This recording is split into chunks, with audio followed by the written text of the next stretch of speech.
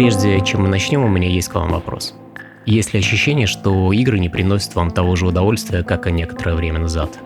Есть ли ощущение, что в играх стало больше фальши, они стали без души, что тебе постоянно пытаются что-то навязать, залезть тебе в кошелек, заставить любить то, что тебе не близко и противоестественно? Убедить, что красота в твоем представлении – это не красота вовсе на самом деле. А игры – это не полет фантазии и креативности, не эскапизм от реальности, а правильное реалистичное представление современного мира со всеми его приколюхами и загонами. У меня такое ощущение есть, и, как уже можно было догадаться из названия, это ощущение по большей части возникает по отношению к западной современной игровой индустрии. Знаю, что высказываю лишь свое субъективное мнение, и многие могут с ним, конечно, не согласиться на корню, но я реально считаю, что за последние несколько лет западная игровая индустрия превратилась в коррумпированную и бездушную машину, фактически потерявшую банальное представление о таких простых вещах, как красота и креативность. Машину, которая потеряла связь с игроками и совершенно не понимает, чего эти игроки хотят от видеоигр.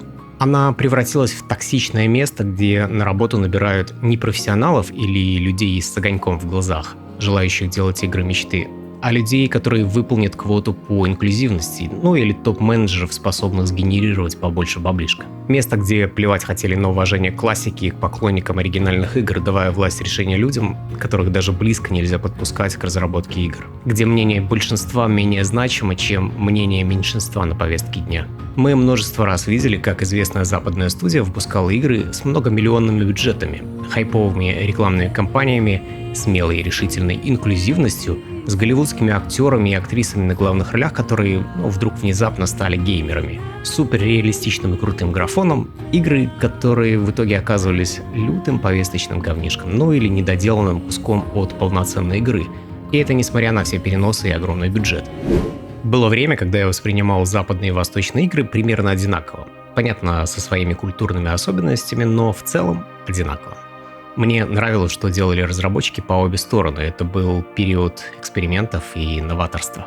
Когда было видно, что они вкладывают душу и искренне любят свою работу. Но с течением времени что-то пошло не так, и из года в год западные игры начали становиться все хуже и хуже. То, что раньше было играми, стало не играми, а какими-то шоу от Netflix и бизнес-проектами. На данный момент восточная игровая индустрия дает мне то, что западная, не то чтобы не может, а просто нарочно отказывается дать. Азиаты дарят мне игры, которые не боятся и не стесняются быть именно что играми. Игры, которые не пытаются разделить и посеять раздор у геймеров или продвигать повестку. Игры, не боящиеся показать красивых персонажей, не боящиеся не выполнить квоту инклюзивности. Восточные разработчики не паникуют и не сходят с ума от негативной критики от кучки ущемленных меньшинств. Потому что азиатам преимущественно, плевать на западную повестку по большей части. Их игры любят за то, что они именно такие, с азиатским колоритом и душой. И несмотря ни на что, они прекрасно продаются и приобретают все более многочисленную фанатскую базу. Ну а критики потеребонькают какое-то время и переключатся на новую цель. Азиатам нет времени реагировать на подобное. Им надо делать игры, которые понравятся людям, и прокачают престиж азиатских игр на мировой сцене. Вы мне возразите, а все ли так прекрасно с играми на Востоке? Я слышал тут, что и повесточка там нет-нет, да и пробежит, и вот микротранзакции в недавней Dragon's Dogma 2 были. Наверное, автор просто аниме смотрит и Японию обожает, поэтому так их и защищает. Что ж, все правда, азиатская индустрия, конечно, не идеальна. Там своих приколов предостаточно и критиковать есть за что, однако все познается в сравнении. И в сравнении прекрасно, в общем-то, видно, какая из сторон развивается, а какая стагнирует. Кто думает о игроках, а кто показывает им средний палец и говорит «жрите, что дают». Понятно, что нельзя всю западную индустрию вот так вот под одну гребенку. Есть много просто потрясающих, талантливых разработчиков, великолепных студий игр, дарящих нам незабываемые эмоции. Даже в это сложное время они думают прежде всего о игроках, пытаясь воплотить свои задумки и фантазию, несмотря на все безумство вокруг. Иногда им приходится идти на компромиссы, к сожалению. Не у всех есть возможность отстоять свою точку зрения и идею. Зарплаты как-то надо платить. Я это к тому, что не все потеряно для Запада. Есть множество прецедентов, когда качеством своих игр студии могут влиять на происходящее вокруг. За современным примером ходить далеко не надо. Это Larian Studios с их Baldur's Gate 3. Ладно, давайте немного к теме видео ближе. Я не аналитик какой-то, я простой игрок, всем сердцем любящий видеоигры. И буду говорить со своей колокольни. Чтобы ответить на вопрос, почему азиаты сейчас делают лучшие игры, снова нужно сделать отсылку в прошлое, туда, где все началось. Япония — это колыбель видеоигр, однозначно. В свое время Запад придумал анимацию, японцы же произвели в ней революцию. Так же и с видеоиграми. Запад игры придумал, а японцы их адаптировали и превратили в то, что мы сейчас с вами играем. Первая японская консоль была выпущена аж в 1975 году. Пару лет спустя была выпущена первая консоль от небезызвестной Nintendo.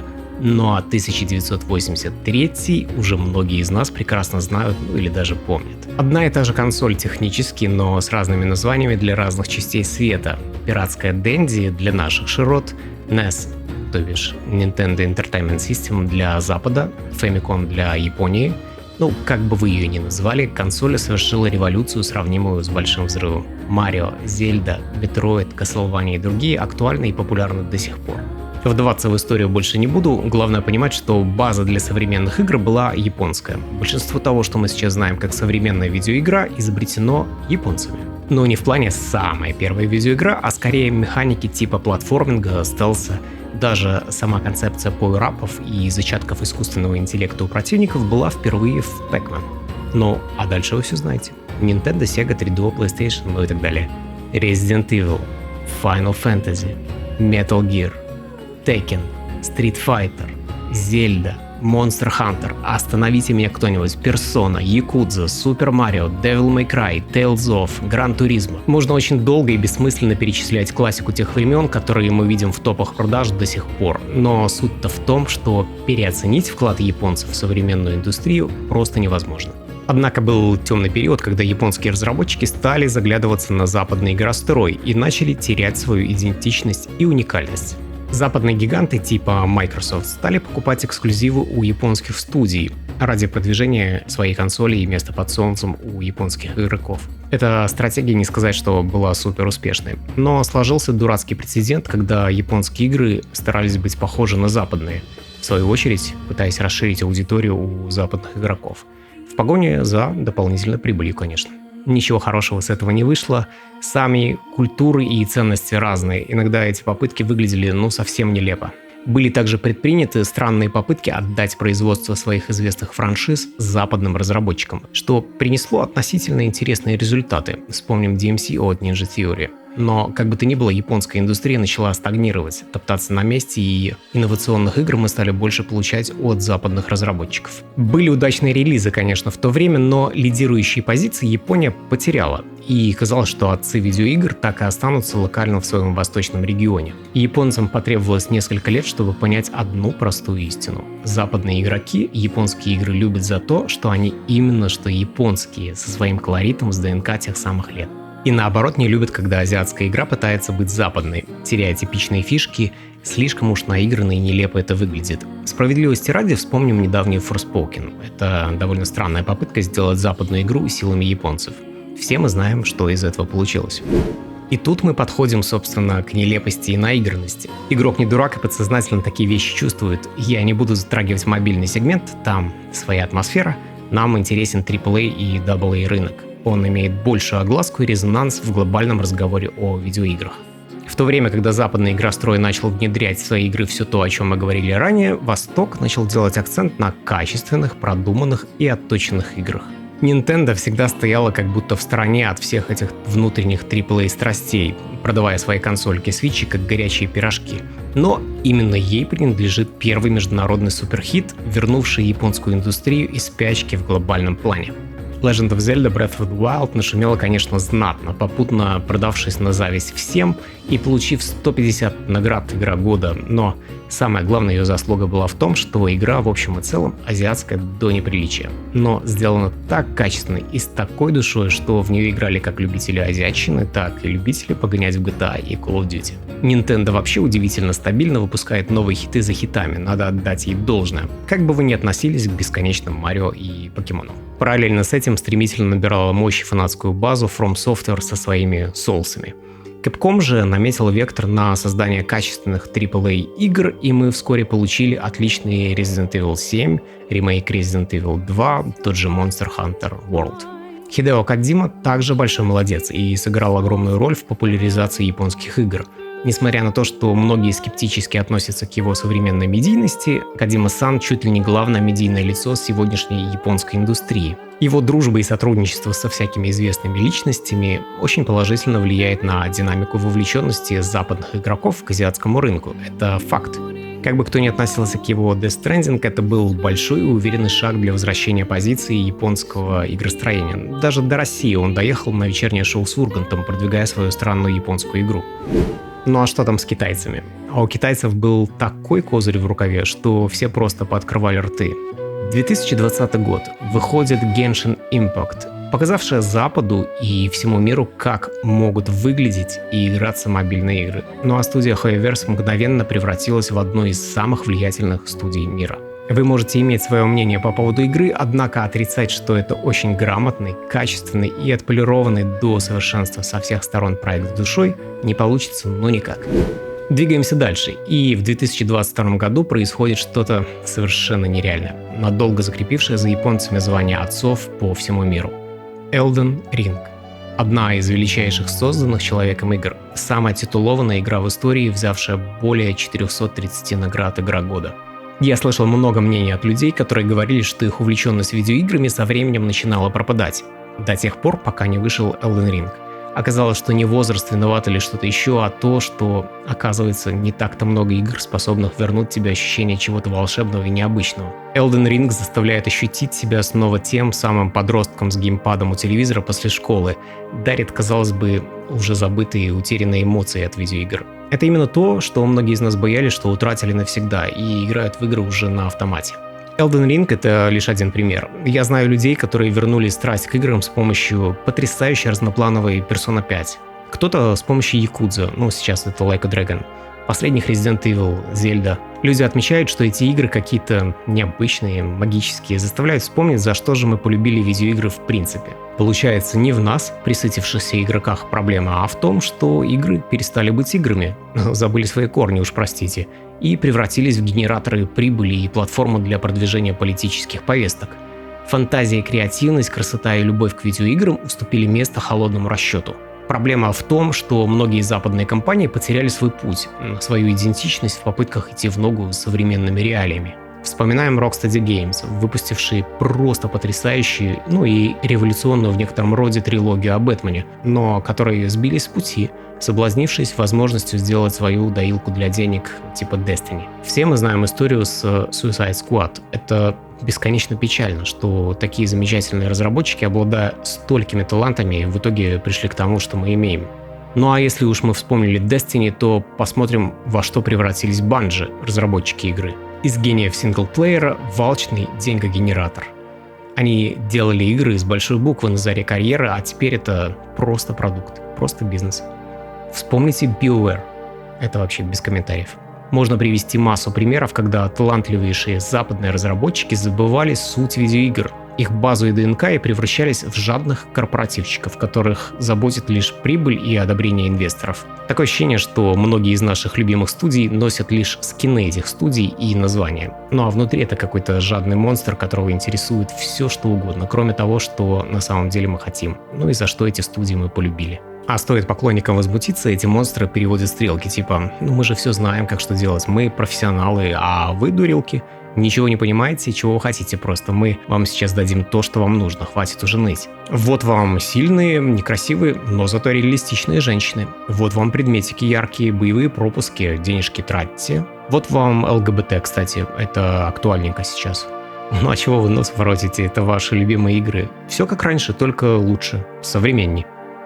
Вдохновляет ли это? Конечно, нет. Мы уже на автомате ожидаем от западной хайповой игры всяких подлянок и говенных сюрпризиков в виде внедрения повесточки с гендерным разнообразием, мультикультуризмом, инклюзивностью, микротранзакциями и же с ними. Вы можете спросить: бро, а что ты так взъелся на западные игры? Расскажи лучше, чем японские-то лучше.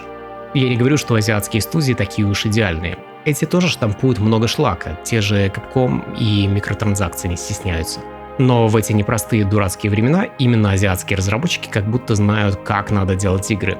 Если это ремейк, то ремейк с уважением и любовью к оригиналу. Азиаты знают, как нас удивить, погрузить в атмосферу, как делать игры, в общем-то, играми. Окей, давайте к современности. Поговорим, почему последние годы это ренессанс для восточной игровой индустрии. Итак, 2022 год — это год Elden Ring. С этим все понятно. Эталон игростроя, сюрприз и откровения для многих, пример для подражания и вдохновения для западной индустрии. Вы можете любить или не любить эту игру, но ее статус и влияние переоценить невозможно. Ну а вот список самых высокооцененных игр 2023 года по версии Metacritic. Baldur's Gate 3 абсолютно без вопросов, это как раз таки та самая ситуация, которая показывает, как именно правильно делать западные игры. Абсолютно заслуженный успех и пример на долгие годы вперед для всей игровой индустрии. Что мы видим еще в топе? Большая часть игр азиатские. Ну а в этом году еще вышли, напомню, Final Fantasy 16, Armored Core 6, корейская Lies of P, две игры Like a Dragon, Octopath Traveler 2, новая Fire Emblem, Wulong Fallen Destiny, Honkai Star Rail. Ну а из хороших примеров отличных западных игр вспомним Alan Wake 2, дополнение к Киберпанку, ремейк Dead Space, Remnant 2, Hi-Fi Rush, ну а в противовес им Diablo 4 и Starfield. 2024 год еще не прошел даже наполовину, а его уже можно назвать супер успешным для азиатских разработчиков. Мы уже имеем замечательный Final Fantasy VII Rebirth, Tekken 8, Persona 3 Reload, Like a Dragon 2, Dragon's Dogma 2, Grand Blue Fantasy Relink, Unicorn Overlord, Rise of the Ronin, корейская Stellar Blade. Ну а скоро еще выйдет горячо ожидаемое большое дополнение к Elden Ring, а в конце года китайский долгострой Black Myth Wukong. Лучшее ММО на данный момент, по мнению большинства игроков, это японская Final Fantasy XIV. Лучшая гонка — это уже, по моему субъективному мнению, японская Gran Turismo. С файтингами тоже все ясно. Самый громкий генератор денег и по совместительству отличная игра — это китайская Genshin Impact. Главный борец за изображение красивых девушек в играх — это корейская Stellar Blade. Вы чувствуете, что происходит? Какая мощь у азиатских релизов? Это сила и влияние, с которыми уже приходится считаться. База рынка с сильными считаются и под них подстраиваются. Западные издатели наверняка чувствуют изменения в воздухе и видят их на бумажках. Они задают вопросы: а может, мы делаем что-то не так? Может, все-таки стоит изменить стратегию в каких-то моментах? Может быть, обычный геймер прав, может быть, вся эта тема с повесточками и всем остальным не очень-то и приветствуется и принесет нам меньше прибыли в итоге. Я понимаю, что азиатские игры могут быть не близки кому-то стилистически, могут отталкивать, например, культурные особенности, вызывать недопонимание и неприятие. Кто-то, в принципе, любит более приземленные к реальности игры, и это тоже абсолютно нормально. Но, как бы то ни было, совершенно ясно, что азиатская игровая индустрия сейчас на коне. Она вернула утраченные ранее позиции, чему лично я очень рад. Азиатские игры становятся лучше из года в год, в них есть душа и сердце, в них есть ДНК того, с чего все начиналось. Что делало игры играми? Они завоевывают все больше поклонников и отлично продаются как результат. Ну а западные игры из года в год становятся только хуже, прорывая, казалось бы, уже непрорываемое дно в некоторых моментах, доходя просто до абсурда со своей инклюзивностью, бодипозитивом и всем прочим, зачастую вызывая просто бурю негодования по тем или иным вопросам от релиза к релизу. Не из-за профессиональной импотенции разработчиков, а из-за продвигаемой личной идеологии группки лиц, превращающих игры в бизнес-продукт без души и политическую платформу для своего личного высказывания. Я повторюсь, западных талантов предостаточно как в AAA-сегменте, так и в инди. Дело совсем не в разработчиках, а в руководящем звене. И вот здесь вступает на сцену основа здорового рынка – конкуренция. К чему приведет эта конкуренция между восточным и западным игростроением, пока непонятно. Но я очень надеюсь, что от этого выиграем мы, простые игроки. Тенденция к качественному изменению есть. И есть большой шанс, что западная индустрия наконец перестанет так трясти, и мы снова будем получать прекрасные игры, как раньше, до всей этой истерии. Не сразу, конечно, постепенно. Главное, чтобы азиатская индустрия не сбавляла своего роста, не соблазнилась худшими практиками западной и не превратилась в то, с чем боролась. На этом у меня все на сегодня. Спасибо, что посмотрели. Пишите в комментариях ваше мнение, будет интересно почитать. Если ролик понравился, то вы знаете, что делать. Это порадует автора, то есть меня, ну и поможет развитию канала. К слову, это канал Платос, и увидимся в следующем видео. Пока!